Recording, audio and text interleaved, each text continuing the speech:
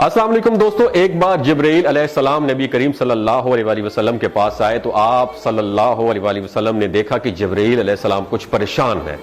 آپ صلی اللہ علیہ وآلہ وسلم نے فرمایا جبرائیل کیا معاملہ ہے کہ آج میں آپ کو غمزدہ دیکھ رہا ہوں؟ تو جبرائیل علیہ السلام نے عرض کی اے محبوب، کل میں اللہ پاک کے حکم سے جہنم کا نظارہ کر کے آیا ہوں، اس کو دیکھنے سے مجھ پہ غم کے آثار نمودار ہو رہے ہیں۔ نبی کریم صلی اللہ علیہ وسلم نے فرمایا کہ جبرائیل مجھے بھی جہنم کے حالات بتاؤ۔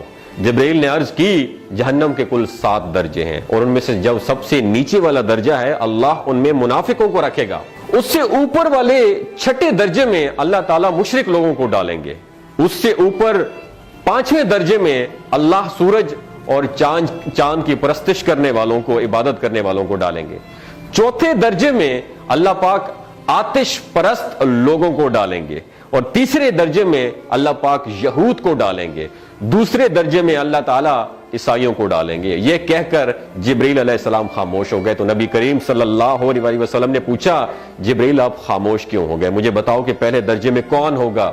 جبرائیل علیہ السلام نے عرض کیا کہ اے اللہ کے رسول، پہلے درجے میں اللہ پاک آپ کی امت کے گناہگاروں کو ڈالیں گے۔ جب نبی کریم صلی اللہ علیہ وآلہ وسلم نے سنا کہ میری امت کو بھی جہنم میں ڈالا جائے گا تو آپ بے حد غمگین ہو گئے اور آپ نے اللہ کے حضور دعائیں کرنا شروع کر دی۔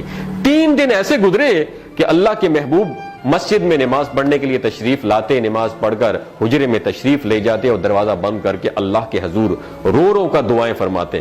صحابہ حیران تھے کہ نبی کریم صلی اللہ علیہ وآلہ وسلم پر یہ کیفیت کیسے طاری ہوئی ہے، مسجد سے حجرے جاتے ہیں، گھر بھی تشریف لے کر نہیں جا رہے۔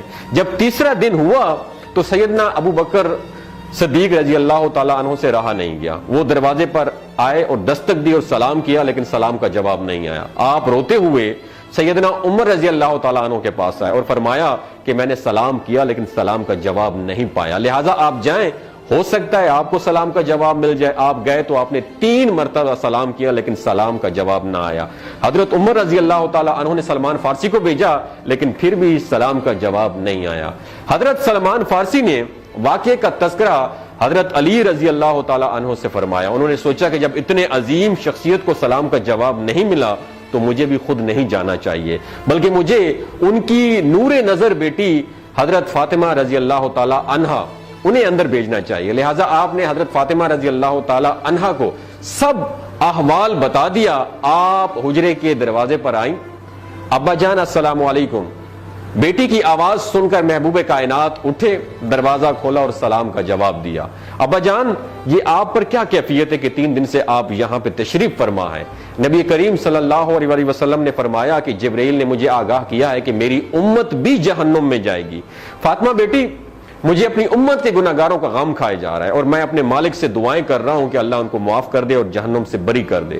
اور یہ کہہ کر پھر آپ سجدے میں چلے گئے، رونا شروع کر دیا، یا اللہ میری امت کے گناہگاروں پر رحم کر، ان کو جہنم سے آزاد کر کے اتنے میں حکم آ گیا وَلَسَوْفَ يُعْطِيكَ رَبُّكَ فَتَرْضَىٰ، اے میرے محبوب غم نہ کر، میں تم کو اتنا عطا کروں گا کہ آپ راضی ہو جائیں گے۔ آپ خوشی سے کھل اٹھے اور فرمایا کہ لوگوں، اللہ نے مجھ سے وعدہ کر لیا ہے کہ روز قیامت مجھے میری امت کے معاملے میں خوب راضی کرے گا، اور میں اس وقت تک راضی نہیں ہوں گا جب تک میرا آخری امتی بھی جنت میں نہ چلا جائے۔ بولتے ہوئے آنکھوں سے آنسو آنا شروع ہو جاتے ہیں بندے کے، جب بندہ سوچتا ہے کہ ہمارا نبی صلی اللہ علیہ وسلم اتنا شفیق اور غم محسوس کرنے والا ہے اور بدلے میں ہم نے ان کو کیا دیا۔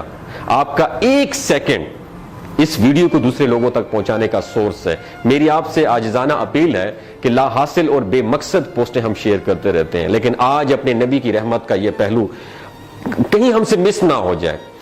ایک شیئر کر کے اپنا حصہ ضرور ڈالیے گا، کیا پتہ کون گناہگار پڑھ کر راہ راست پہ آ جائے اور دوسروں کو تھوڑی سی ہدایت مل جائے۔ کہنے کا مقصد یہ ہے کہ ایک نبی ہمارے لیے اتنا غم خوار ہے اور ہم یہاں بیٹھ کے اس کی امت کے اوپر اتنے مظالم ڈھائے جا رہے ہیں، ہمارے فلسطینی بھائیوں پہ اتنا ظلم کیا جا رہا ہے، لیکن ہم ٹس سے مس نہیں ہو جا رہے۔ آج ہمارے پاس اگر تلواریں ہوتی تو ہم تو بالکل سوچنا ہی ختم کر دیتے، لیکن آج ہمارے پاس میزائل ہیں، آج ہمارے پاس ایٹم بم ہے، لیکن پھر بھی ہم بے حس بنے ہوئے ہیں۔